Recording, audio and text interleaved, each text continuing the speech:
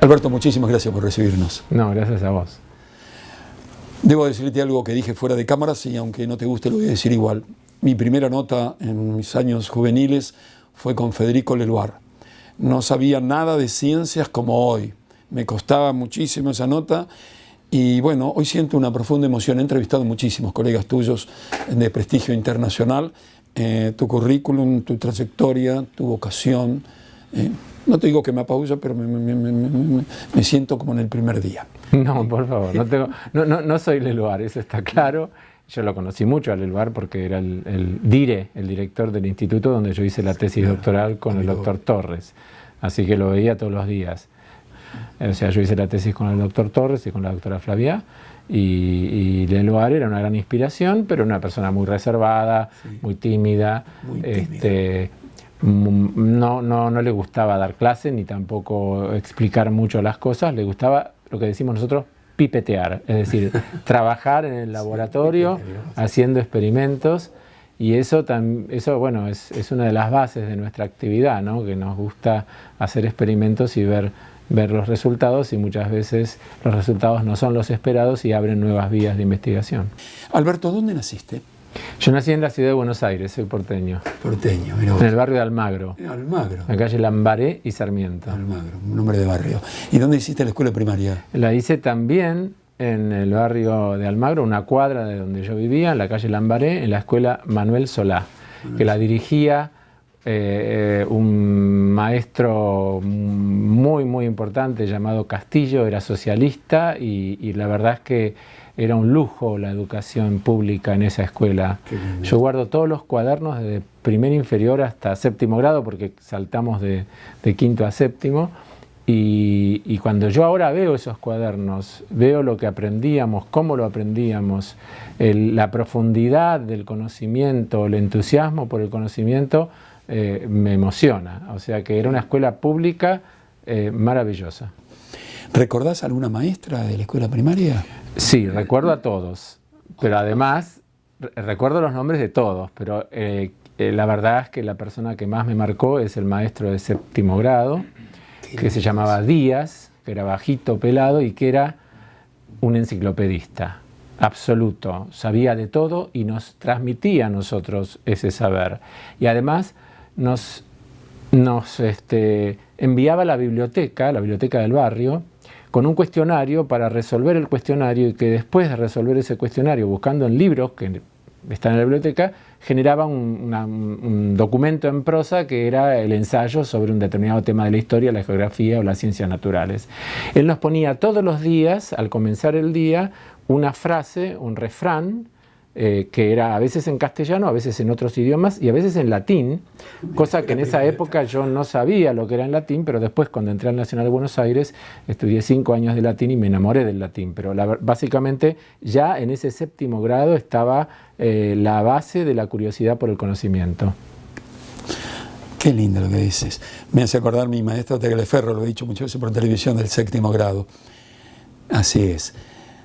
Ese hombre seguramente no vive, o si vive y se entera de esto se muere de emoción, ¿no? Sí. No sé, porque cuando uno es chico todos los maestros parecen viejos, pero capaz que tenía no tan, bueno, sí tenía por lo menos 20, seguro que tenía 20 años más que yo, pero quizás más. No creo que viva. ¿Y la enseñanza media, Alberto? Bueno, ahí fui al Nacional de Buenos Aires, al Colegio Nacional de Buenos Aires, que fue para mí una experiencia extraordinaria. Fue una adolescencia que viví muy intensamente, no solamente por el aprendizaje, sino también por el compromiso político.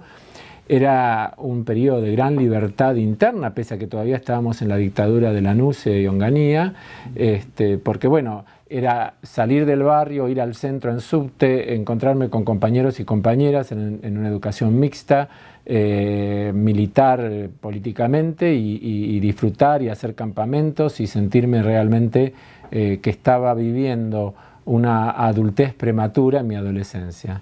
Mira vos. ¿Y cómo eras como alumno en el Nacional Buenos Aires? Era muy buen alumno, pero no era traga. Esa es una cosa que estuve elaborando recientemente.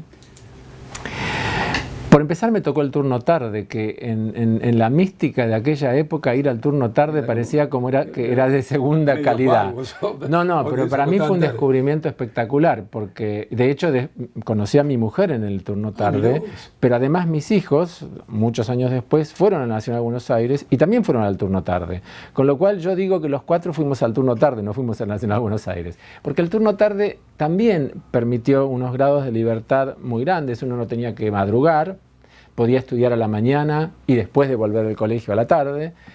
Y realmente uno veía que los que estaban a la mañana eran más tragas y los que estábamos a la tarde, sin ser menos inteligentes, nos iba bien. Mirá vos. ¿Y entonces la facultad? Bueno, cuando estuve en el Nacional de Buenos Aires en 4º año, esto lo he dicho muchas veces, tuve una profesora de botánica y biología, Rosa Guaglianone, que falleció hace 3 años, que era extraordinaria porque ella nos hacía conocer las maravillas de la biología, pero descubiertas por nosotros mismos a través ya sea de trabajos prácticos que hacíamos en el gabinete de botánica o a través de lecturas. Y con ella aprendí los primeros pasos de la biología molecular. Estamos hablando del año 1970, justo el año en que Leloir obtuvo el premio Nobel, y aprendíamos ADN, ARN, proteínas, síntesis de proteínas, bacterias, mitosis, meiosis, o sea que fue un deslumbramiento a los 16 años que en ese momento, cuando disfruté tanto de esa materia, y me iba bien y sentía que eso era lo mío, decidí un derrotero que cumplí casi al pie de la letra. Dije, yo voy a terminar el secundario y voy a entrar a estudiar ciencias biológicas en Exactas de la UBA. Sí. Después me gustaría perfeccionarme en Inglaterra y me gustaría volver al país y hacer biología molecular. Bueno, pero vamos a detenernos un poquito en la formación universitaria, porque ahí egresás con 9.46, con 9.47. ¿De licenciado? Sí. Sí, sí. Ahí eras un traga. No, no, era buen alumno. Ojo que yo ahora como profesor desde hace 35 años también veo chicas y chicos que egresan con promedios altísimos, aún mayores que ese. O sea que no es que tampoco, digamos, no es algo que fuera exclusivo. Hice la carrera muy rápido, la hice en 4 años y medio. Y venía, claro, con mucha preparación del Nacional de Buenos Aires y, por supuesto, aprendí un montón de cosas nuevas, porque no hay que conformarse con lo que uno ve en el secundario, por más bueno que sea su colegio secundario. Y disfruté mucho, obviamente, del estudio de biología. Paradójicamente, yo trabajo en biología molecular de células animales, pero las materias que hice son de botánica, o sea que esto también venía de la mano de mi amor por la botánica que había nacido en el secundario. Bueno, voy a volver atrás porque considero que es importante. ¿Papá, mamá viven? No. ¿Cómo se llamaban? Mamá se llamaba Rosita y murió cuando yo tenía 25 años y ella tenía 58. ¿Te vio como...? No me vio como padre, no vio mi primer hijo, me vio como biólogo, pero no como doctor. Yo no había terminado mi doctorado. A ver, yo tuve una vida familiar un poco triste en el sentido que éramos 5 y todos se murieron jóvenes. Mamá a los 58, papá a los 66. De un infarto. Yo estaba en Inglaterra en mi postdoctorado y me llama una de mis hermanas y me dice que se murió de un infarto. Qué golpe para vos, sí. Y las 2 hermanas se murieron jóvenes, a los 48 y a los 46 años, una de asma y otra del mismo cáncer de mama que había tenido mi mamá. Por lo tanto, yo también a veces me pregunto, ¿cómo sobreviví siendo el único sobreviviente?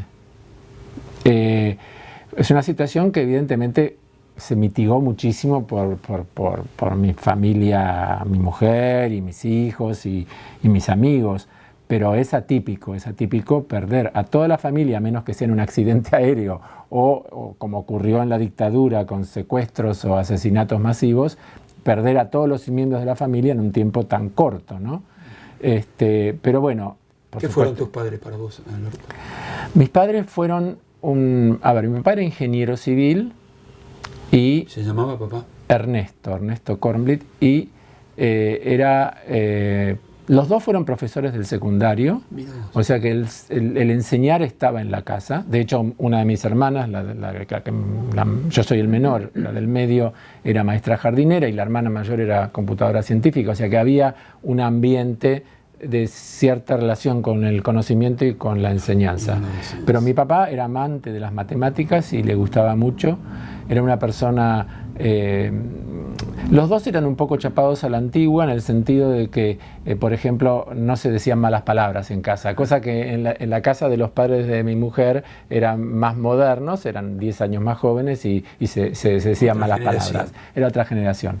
Pero bueno, papá tenía un humor muy flemático, muy de juegos de palabras, me hacía jeroglíficos, tenía una relación muy así intelectual con él. Y mi mamá era más temperamental, más primitiva en sus sentimientos, era profesora de geografía, con lo cual yo empecé también a amar la geografía con ella.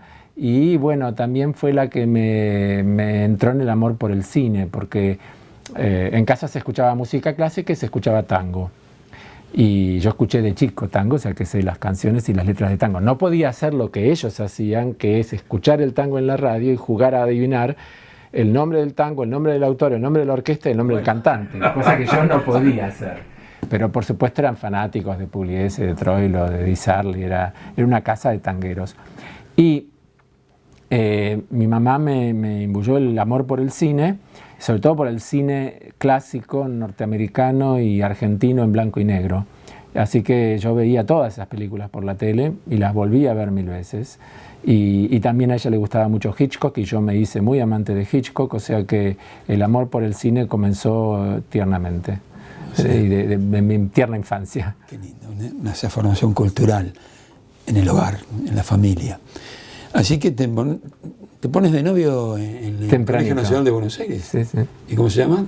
Ethel. Ethel, seguís con Ethel. Sigo con Ethel. Ethel es mi mujer, mi amor de toda la vida y es psicoanalista, como corresponde a una mujer argentina. Hay muchos no, acá no hay que decir eso se dice en el extranjero. Cuando vas al extranjero y decís que tu mujer es psicoanalista, como saben que la Argentina, clase media, tiene muchos psicoanalistas, no se sorprenden tanto. Sí, tenemos más que en Europa. Seguramente. Pero bueno, y esa profesión de Ethel ha tenido que haber, en compañía o en conjunto con el amor, ese acompañamiento que de alguna manera el joven Alberto, por lo vivido, tal vez necesitaba, ¿no? De alguna manera lo has dicho. Bueno, fue y sigue siendo un apoyo muy importante, pero obviamente con tantos años de matrimonio y de pareja siempre hay que reinventar y reconstruir las cosas porque si no se cristalizan. ¿Cuántos años que son? ¿Cuántos años? Son muchos. Muy buenas. Pero ¿Ella es sí, así coqueta como vos? Sí. No, ella tiene mejor gusto que yo. El buen gusto que puedo tener yo lo aprendí de ella. Qué bueno. Esto lo va a matar de emoción, sí. Todavía las emociones siempre son... No, pero sí lo que me importa es que cuando cuando me licencié de biólogo, hice el doctorado aquí, en la Argentina, en el Instituto del Elbar, con Torres y Flavia, y cuando fui a hacer el postdoctorado a Inglaterra, a Oxford, con mi maestro Tito Barale, que es argentino y quien aprecio mucho, claro. Obviamente ese periodo de postdoctorado era más un proyecto mío que de ella. Y fuimos con mi primer hijo, con Juan, que tenía 1 año y medio. Pero bueno, significó un cierto sacrificio para ella y un poco el acuerdo era que al volver a la Argentina ella iba a poder retomar su carrera y así lo hizo. O sea que hay veces que en estos proyectos vocacionales o profesionales hay que ceder en un momento y después ceder en el otro, o sea, no es para toda la vida. ¿Cuánto tiempo estuvieron con él? 3 años, en Inglaterra 3 años. En algunos... y nos tocó la guerra de Malvinas. ¿Y cuántos hijos tenés, Alberto? Tengo 2 hijos varones, Juan y Oliver. ¿Y qué hacen los...?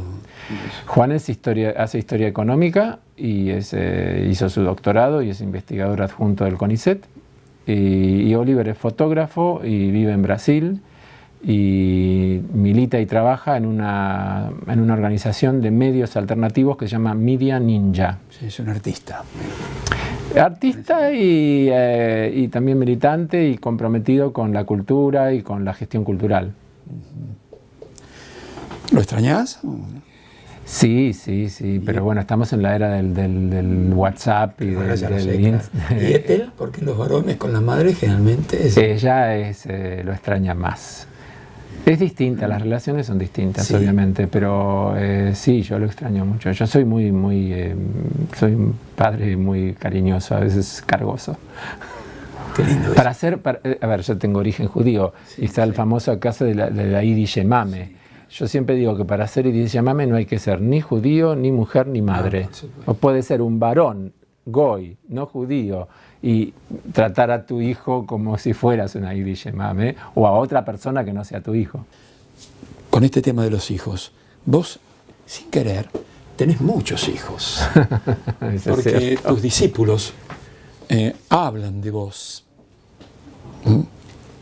No solamente a nosotros, sino a los distintos científicos que uno entrevista, y tienen una profunda admiración, respeto, valoración, y sos como una guía. Tus discípulos son como tus libros, como tus hijos, es lo que prolonga. Vos tenés asegurada la fama póstuma, aunque no sea lo que te hayas propuesto ni te interese. Eso ocurre desde mi modesto punto de vista con todo profesor, con todo educador. Y bueno, ¿qué son tus discípulos entonces? Es la pregunta. Mira, y obviamente yo te agradezco lo que decís. En primer lugar te quiero decir que nadie lo puso con las palabras que lo pusiste vos en los miles de reportajes que tuve. Nadie me lo planteó así, porque además tiene un grado de emoción muy grande. Hay evidentemente dos universos de discípulos. Están los alumnos que pasaron por las aulas de la materia Introducción a la Biología Molecular y Celular durante los últimos 35 años, y están también los discípulos específicos de mi grupo de investigación que se han ido formando en sus doctorados y que algunos se quedaron después afuera o volvieron aquí o tienen sus propios grupos de investigación. Sobre los primeros quiero decir que esa docencia universitaria de grado siempre para mí, y no solo para mí, para muchos otros, fue una militancia, en el sentido de entender que si uno tuvo el privilegio de ser formado en una disciplina científica aquí y afuera, la manera primera de devolverle al país es formar nuevas generaciones y transmitir la pasión por la ciencia, la pasión por el conocimiento, que en mi caso se da a través de la biología molecular y celular, pero que después puede ser utilizada para cualquier disciplina. Y en este sentido no tengo un sesgo. Para mí, pensar es válido en la abogacía, en la medicina, en la arquitectura, en la química, en la física o en las ciencias sociales. Entonces, lo que vemos en esa materia es la aventura del conocimiento, y en la que cada año, cada uno es distinto. O sea, ellos siguen siendo siempre jóvenes, nosotros somos cada vez más viejos, pero también hay una manera de comunicarse y de permitir también entrar. Todo esto lo saben los profesores. La mejor recompensa que tiene un profesor es cuando ve que a los alumnos que no entendían algo pasan a entenderlo y se produce una sonrisa muy especial en la cara. No es una carcajada, no es una risa, es la sonrisa de haber comprendido. Y eso es maravilloso. Y ahí tenés otros ejemplos que te encontrás en la cola del cine, por ejemplo, con una persona que se te acerca y dice: profesor, yo cursé su materia, me cambió la vida, qué sé yo, no seguí después biología, ahora trabajo en un banco, o ahora soy contador, o ahora me dediqué al teatro, pero igual pasar por el aula me cambió la vida. Entonces, eso para cualquier profesor es una maravilla, porque implica que la impronta queda independientemente de la profesión o la disciplina que siga la persona. Así que te lo agradezco mucho. Yo lo voy a resumir con una frase que no es mía, obviamente, pero que yo adopto: es que uno no enseña lo que sabe, uno enseña lo que es.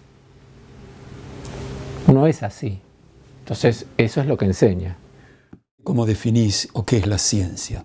O sea, es una forma de adquirir conocimiento, no es la única forma, pero es la forma que trata, aunque obviamente no siempre lo consigue, de seguir ciertos rumbos que permiten ser muy cautelosos en las afirmaciones que se hacen al observar o experimentar con el mundo que lo rodea, que esas afirmaciones no pueden ser dogmáticas, no pueden basarse simplemente en lo que uno piensa, sino que tienen que responder a algún tipo de evidencia. Que esas afirmaciones científicas sin duda son transitorias, pero mientras no sean refutadas, mientras no haya otra evidencia que refute aquello que me permite hacer una afirmación, son válidas. Entonces ese es el camino de la ciencia. La ciencia no es una meta, es un camino. Y ese camino, ese andar a través de la investigación científica, aparte de todo, es fascinante, es muy... En este mundo de ustedes, de la investigación, en esto que definió alguna vez Pasteur, en la paz de los laboratorios, decía él, ¿no? Además de la investigación, Alberto, hoy, con los adelantos tecnológicos que acompañan esa investigación, la tecnología, la creatividad no ha dejado de ser importante, forma parte. Sí, por supuesto, porque la ciencia es una actividad humana, los animales no la practican. Por lo tanto, por ser humana, tiene un componente de la subjetividad que es muy importante, que obviamente hay que restringir al momento de sacar conclusiones, pero hay que liberar a través de la originalidad y la creatividad al momento de hacerse las preguntas. O sea, la ciencia está basada en preguntas o en hipótesis, y la variedad o la calidad o la originalidad de esas preguntas tiene que ver con la creatividad. Luego, las respuestas, como dije antes, pueden no ser las esperadas, y generalmente cuando no son las esperadas es cuando se abren nuevas líneas, pero la creatividad está en esa parte, en donde la subjetividad me estimula a hacer preguntas que nadie se hizo antes, o a replantearse preguntas y alguna metodología para tratar de responderlas que aún no han sido respondidas. Hacemos una pausa, no cambie de canal, por favor. Inmediatamente después vamos a seguir con Alberto, nos va a informar y nos va a formar sobre los acontecimientos que han hecho de sus laboratorios, experimentos nuevos, reconocimientos internacionales, todo eso dentro de los instantes nada más.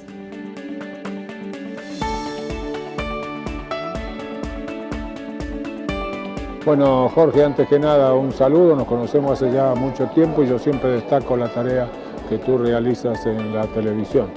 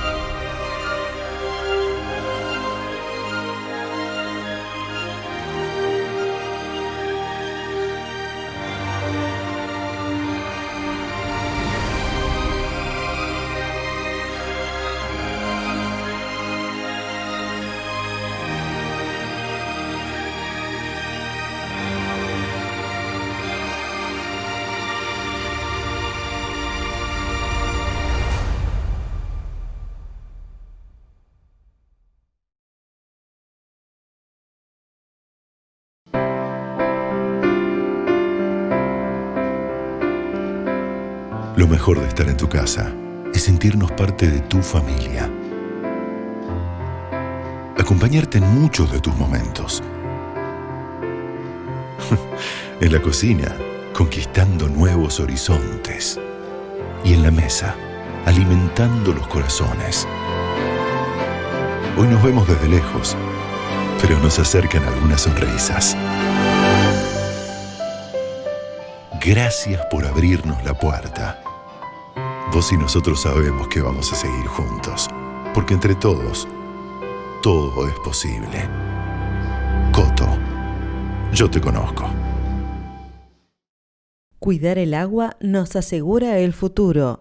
Es un mensaje de la Federación Nacional de Trabajadores de Obras Sanitarias, FENTOS. Hospital Alemán, el único que usted elegiría sin dudar.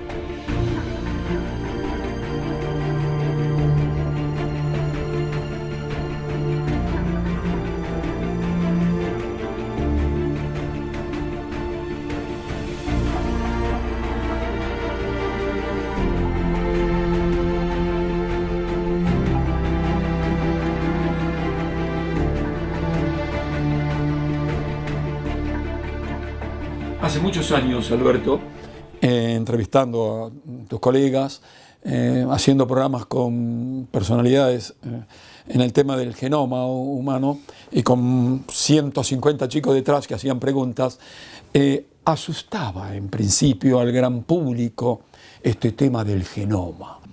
De alguna manera vos sos un experto a través... has hecho algunos descubrimientos y hace varios años, incluso cuando te entrevisté hace 20 años, ya este corte y empalme fue un descubrimiento tuyo, creo entendido. Si no es así, corregime, o la gente que fue. Ya sé que la ciencia es una cadena de eslabones, pero a ver, contame un poquito esto, cómo avanzamos a partir del ADN. Bien. Voy a tratar de explicarlo con términos sencillos, pero tengo que explicar algunas cosas antes. La primera es que todos los seres vivos, incluyendo los humanos, estamos compuestos por células, que son estructuras muy pequeñas, que solo se ven al microscopio, que son la porción más pequeña de materia viva. En esas células hay una región llamada núcleo donde se encuentra el ADN. Y el ADN es como una especie de libro de instrucciones. Es una molécula química que todo el mundo más o menos conoce, que tiene información genética. Todo el ADN de un núcleo, de una célula, está fraccionado, si se quiere, o separado en segmentos que llamamos genes. Cada una de nuestras células, por ejemplo, tiene más o menos 20.000 genes. Y todas las células tienen los mismos 20.000 genes. Ahora, ¿cuál es la función de un gen? Es dar la orden para que fuera del núcleo, en el citoplasma de la célula, se fabrique una dada proteína. ¿Y qué es una proteína? Es otra sustancia química que es lo que yo siempre llamo el laburante de la célula. Las proteínas son las que cumplen las funciones, las que hacen que una célula muscular se contraiga, las que hacen que una célula del sistema nervioso transmita un impulso, las que hacen que una célula del corazón lata, las que hacen que una célula del hueso produzca una sustancia sólida y firme para que no nos caigamos al piso. Entonces, cada gen da la orden para fabricar una proteína. Hace 42 años, no nosotros, sino otros grupos, descubrieron que cada gen puede dar la orden para fabricar más de una proteína. Por lo tanto, si hacemos una matemática simple y esto fuera cierto, si hay 20.000 genes por célula, el número de proteínas posibles es mayor que 20.000. Claro. Porque cada gen puede dar 2, 3, 4, 5, a veces cientos. Ese fenómeno, que es un mecanismo muy complejo, es el que estudiamos nosotros desde hace, no 40, pero sí 30 años. 30 años. Sí. Entonces, ese fenómeno se llama splicing, en inglés, que quiere decir corte y empalme, como vos dijiste, alternativo, que quiere decir que un dado gen puede fabricar alternativamente una proteína u otra, una u otra, o ambas dos en distintas proporciones, o 3 o 4. Y es muy importante este mecanismo del cual voy a hablar, porque está muy expandido en nosotros, en los mamíferos y en los vertebrados, pero está menos expandido, por ejemplo, en los invertebrados, en los insectos o en los gusanos. Eso explicaría por qué nosotros somos bastante más complejos biológicamente que un insecto, que un gusano. ¿Por qué?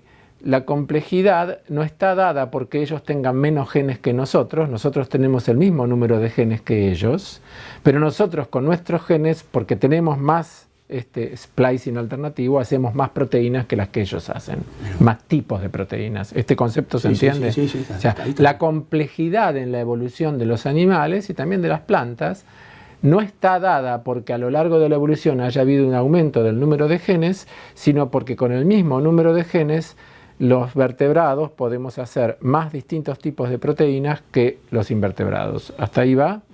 Estamos bien. Entonces, nosotros estudiamos ese mecanismo. Maravilloso, profe. Estudiamos ese mecanismo en distintos sistemas biológicos. Puede ser en células humanas que las cultivamos en el laboratorio, en unas cajitas de Petri de plástico, o a veces en organismos enteros, puede ser un ratón, o a veces en organismos enteros como puede ser una planta. No tenemos en nuestro grupo de investigación limitaciones prejuiciosas sobre qué sistema usar. Usamos el sistema que mejor nos permita responder a las preguntas que tenemos.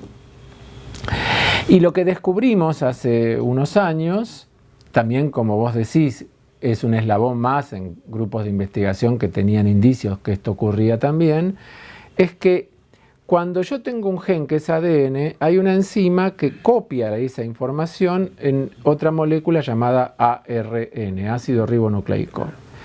Y esa molécula de ARN es la que puede cortarse y empalmarse para formar distintas moléculas de ARN maduro, que son las que van a formar las proteínas distintas de ese único gen.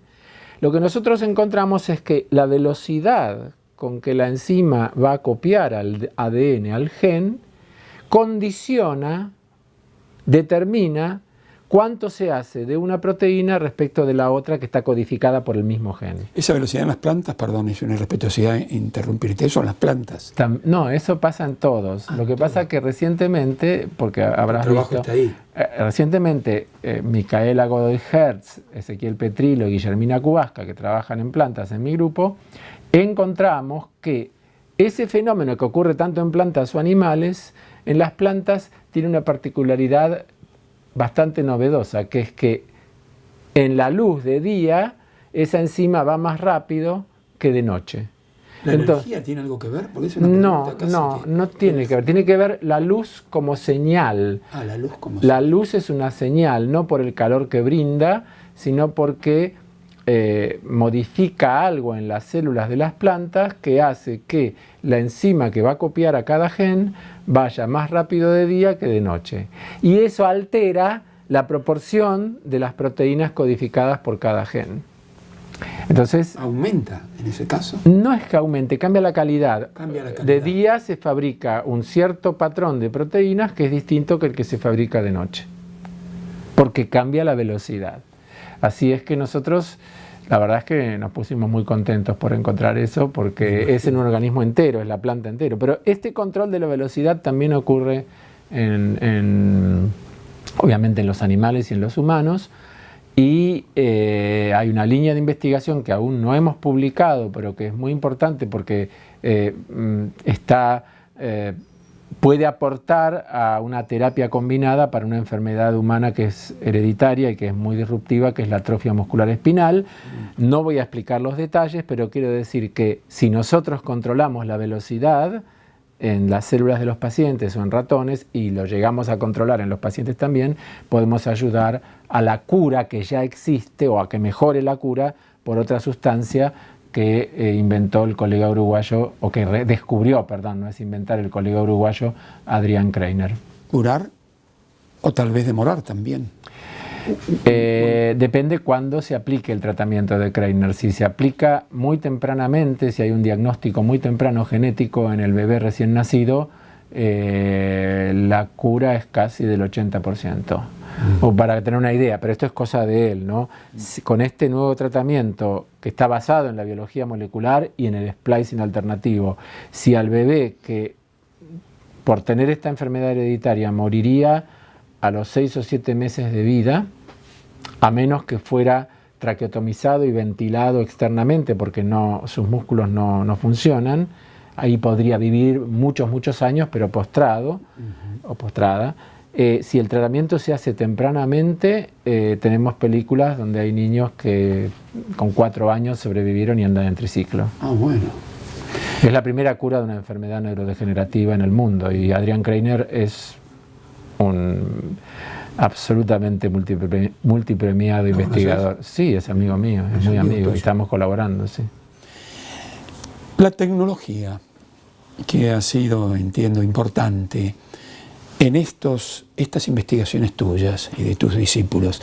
Por ejemplo, la nanotecnología, ¿se pone en práctica? Nuestro tema de trabajo, para lo que yo conté, no usa nanotecnología, pero entramos en colaboración con un grupo de químicos inorgánicos con la idea de usar herramientas nanotecnológicas para modificar el splicing, pero es un tema que no ha progresado mucho en nuestro labor, en nuestras manos, pero hay interfaces no exitosas en nuestro caso, pero entre otros grupos, entre los físico-químicos y los biólogos, para usar la nanotecnología como herramienta terapéutica. yo no te interrumpí, pero claramente el genoma es muy importante para diagnosticar, para curar, etcétera, pero no es tan importante para saber si una persona que nace va a ser músico o va a ser actriz o actor o va a ser biólogo. Porque la interacción de los genes con el medio ambiente desde la vida intrauterina es crucial en el fenotipo que va a surgir de esa persona, sea el fenotipo físico como el cultural, afectivo, ideológico, etc. Con esto que me estás diciendo, ¿dejaré alguna vez alguien será igual a otro? Porque el genoma pareciera haber demostrado con las investigaciones de ustedes que no hay ningún ser humano igual a otro. Bueno, hay grados, por supuesto. Hay grados de similitud y grados de diferencia.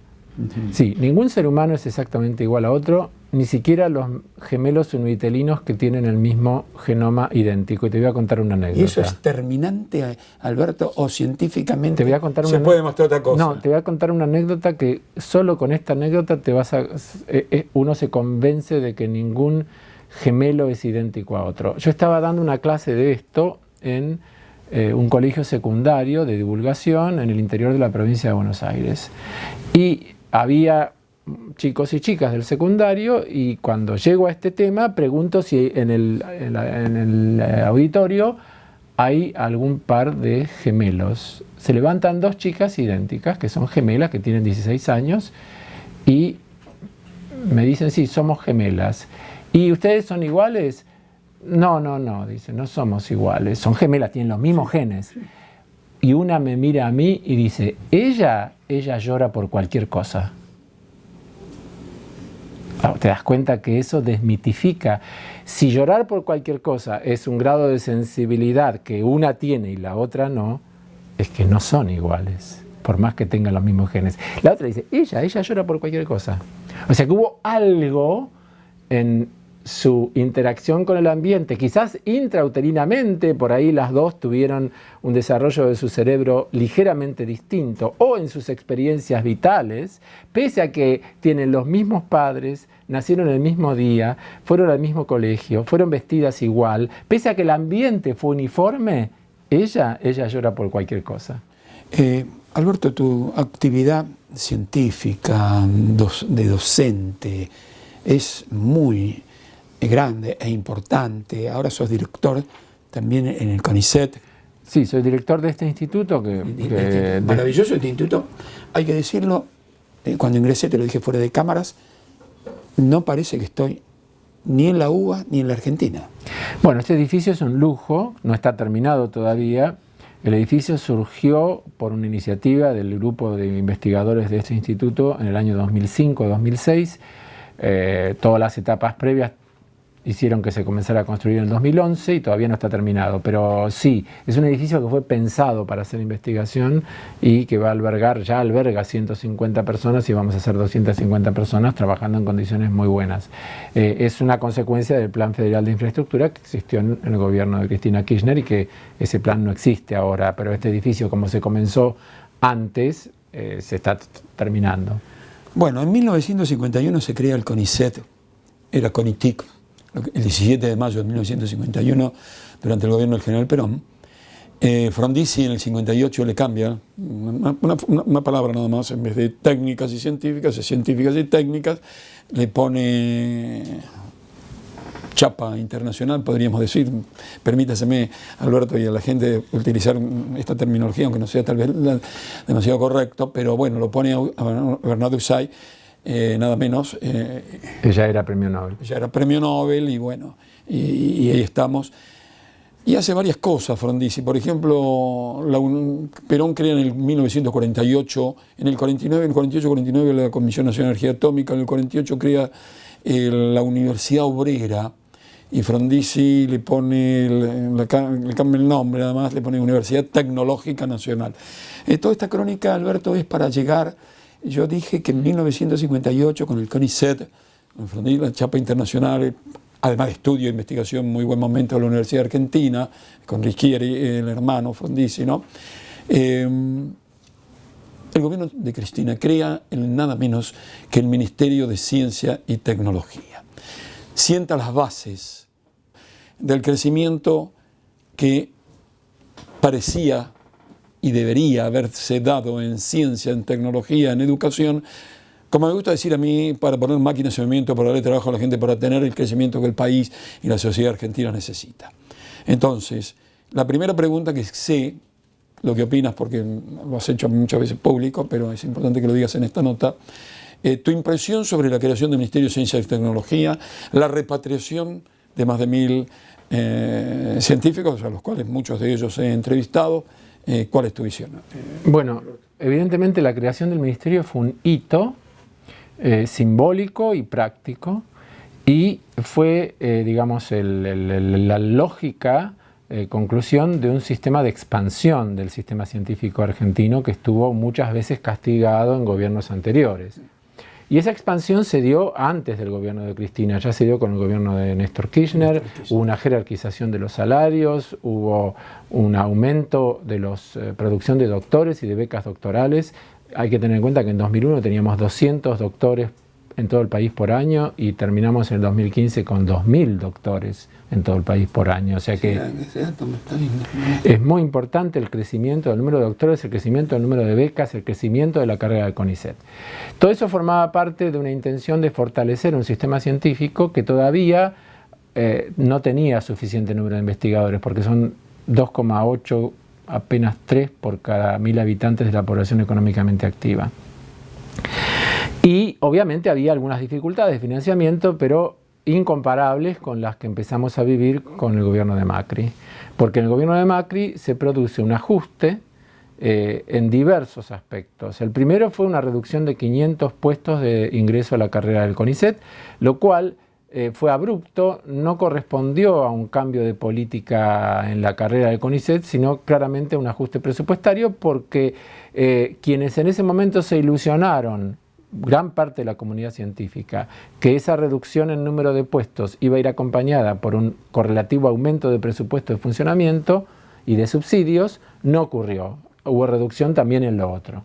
Entonces, eso generó una situación en la cual se paró la inmigración de científicos, se pararon nuevas obras. Tuve una entrevista con una funcionaria de la OCDE, una funcionaria española, y en un momento dado, cuando les contaba todo esto, que ellos lo saben, pero querrían escucharlo desde mi visión, y hablaba de hacer reformas en el CONICET, yo le decía, bueno, un momento, hoy el sistema científico está en terapia intensiva. Lo primero que hay que hacer es sacarlo de terapia intensiva y luego vemos qué dieta alimentaria le damos. Porque uno tiene un enfermo en terapia intensiva, no va a empezar a decirle sí, tiene que comer esto, tiene que comer aquello para no enfermar más. No, primero hay que sacarlo de terapia intensiva. O sea, obviamente que esto genera una fuerte presión y expectativa para el gobierno. Y somos conscientes de eso.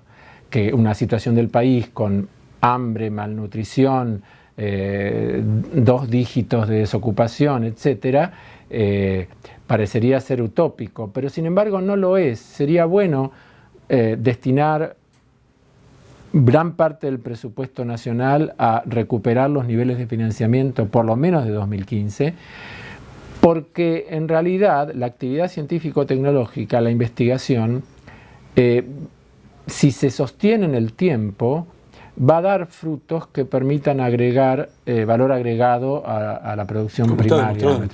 Como está demostrado en todo el mundo. Está demostrado en todo el mundo. Entonces, como decían los indios, no nos podemos dar el lujo de no promover la ciencia por más que tengamos situaciones de pobreza, porque además esas situaciones de pobreza están claramente contrabalanceadas por situaciones de riqueza. La gente habla del aumento de la pobreza, pero habría que ver cuál fue el aumento de la riqueza en unos pocos que hacen que... Hablaste de la India hoy es la 6ª economía del mundo, ¿no? Entonces, yo tengo gran expectativa, obviamente en el gobierno de Fernández. Sé que va a ser difícil, pero creo que va a haber que tomar ciertas medidas que reviertan en 180 grados la política de ajuste, porque además hay generaciones de jóvenes científicos que fueron formados por las becas del CONICET, doctorales y postdoctorales en este país, y que golpean las puertas para entrar al sistema científico y se los está dejando y decepcionando afuera. Y para mí, bueno, en relación a tu pregunta anterior sobre los discípulos, está claro que eso es una prioridad estratégica. ¿Cuál es el mensaje a los jóvenes científicos? El mensaje está relacionado con algo que vos me preguntaste sobre mi origen de mi familia, pero no me remonté a mis abuelos. Los padres de mi papá, que fueron argentinos, nacieron en Entre Ríos en 1899, por lo tanto bueno, no eran gauchos porque no estaban en el campo, sino en el pueblo. Al padre de mi papá no lo conocí porque se murió muy muy joven antes que mi papá se casara, pero a la madre sí. La madre, Juana Chamoles, o sea, mi abuela Juana, que la conocí hasta que se murió, yo tendría, no sé, 10 años, 11 años, era maravillosa. Qué lindo que cocinaba como los dioses. Era gaucha, pero no por gaucha judía, era una persona de buena estructura. Y siempre contaba que en la época de la Segunda Guerra Mundial ella cosía para la Junta de la Victoria para mandarle medias y bufandas y pullovers a los aliados. Y cuando decimos los aliados, eran los aliados ingleses, norteamericanos y rusos. Y era comunista. A los abuelos paternos también, por supuesto, los conocí más, pero ellos nacieron en Ucrania y vinieron a la Argentina en 1905. Son de la misma generación que mis otros abuelos, simplemente que vinieron sus padres embarazados de ellos. Pero entonces, ¿qué pasa? Mis orígenes están muy tempranamente en una inmigración que no tuvo que ver ni con la Primera Guerra Mundial, ni con la Segunda Guerra Mundial, ni con el nazismo. Tuvo que ver con los pogroms del zar en Rusia. Mi abuela materna siempre decía, yo salí de Rusia por Francia clandestina. Y la palabra clandestinidad, cuando yo era chiquitito, me resonaba como algo de aventura, como si fuera Sandokan, qué sé yo. Entonces, eso indica que, además de lo que dije antes, que uno no enseña lo que sabe, sino lo que es que uno tiene un lugar en el mundo. Y este es, para mí y para muchos, mi lugar en el mundo. Por lo tanto, todo lo que yo intente hacer, que es hacer ciencia, hacer docencia y hacer política académica, está relacionado a la concepción de que este es mi lugar en el mundo.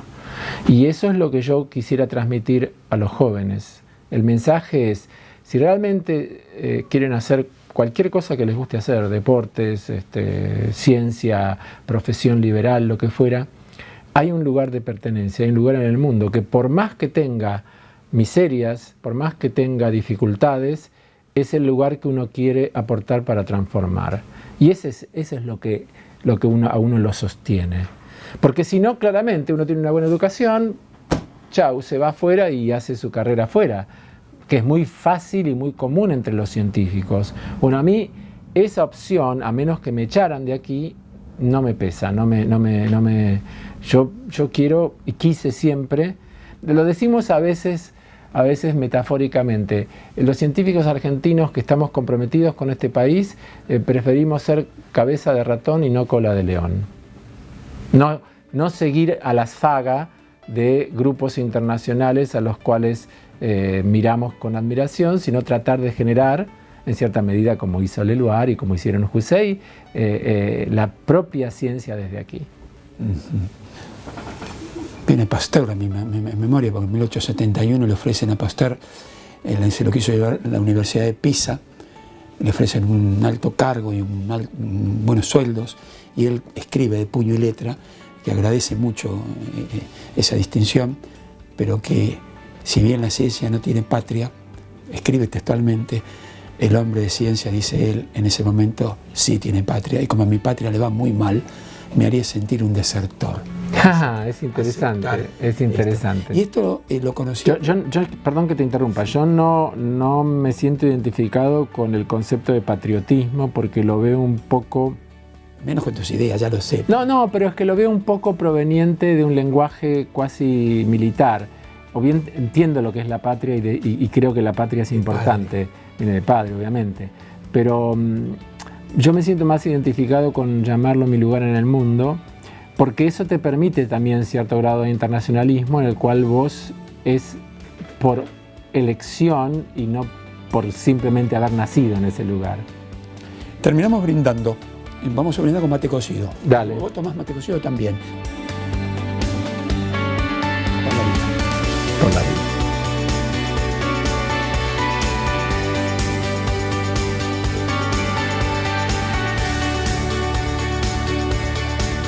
Hoy te agradezco mucho, me sentí muy cómodo.